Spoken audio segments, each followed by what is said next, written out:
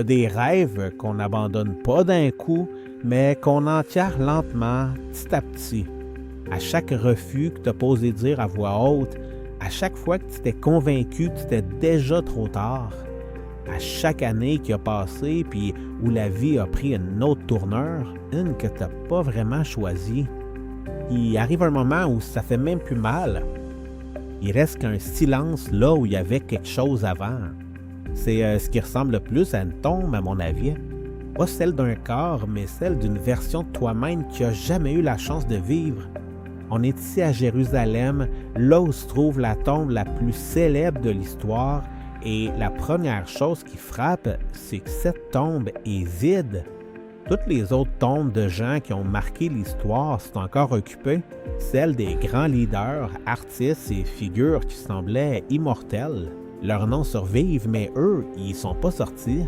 Mais avant que cette tombe soit vide, il y a eu un jour que personne célèbre, le lendemain de la croix.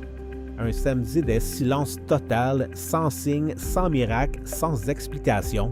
Ceux qui connaissaient Jésus étaient enfermés, brisés, remplis de peur, se demandant si tout ça avait été une erreur.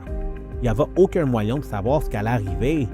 Il y avait que l'obscurité et le sentiment que quelque chose de très important était fini pour toujours. Ce samedi-là ressemble beaucoup à ce que vivent plusieurs aujourd'hui. Pas une crise dramatique, mais le silence lourd de quelque chose qui n'est plus là.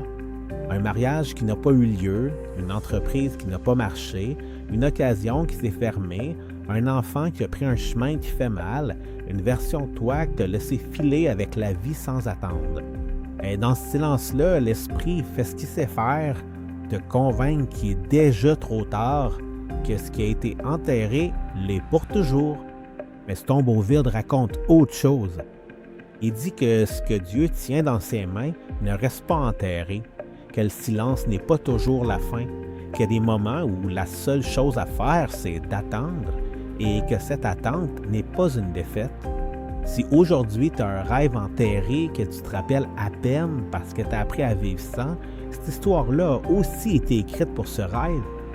Car s'il y a une chose que le tombeau vide de Jésus nous enseigne, c'est que Dieu n'est pas limité par ce à quoi vous avez déjà renoncé.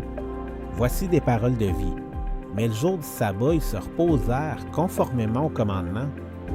Luc 23, 56.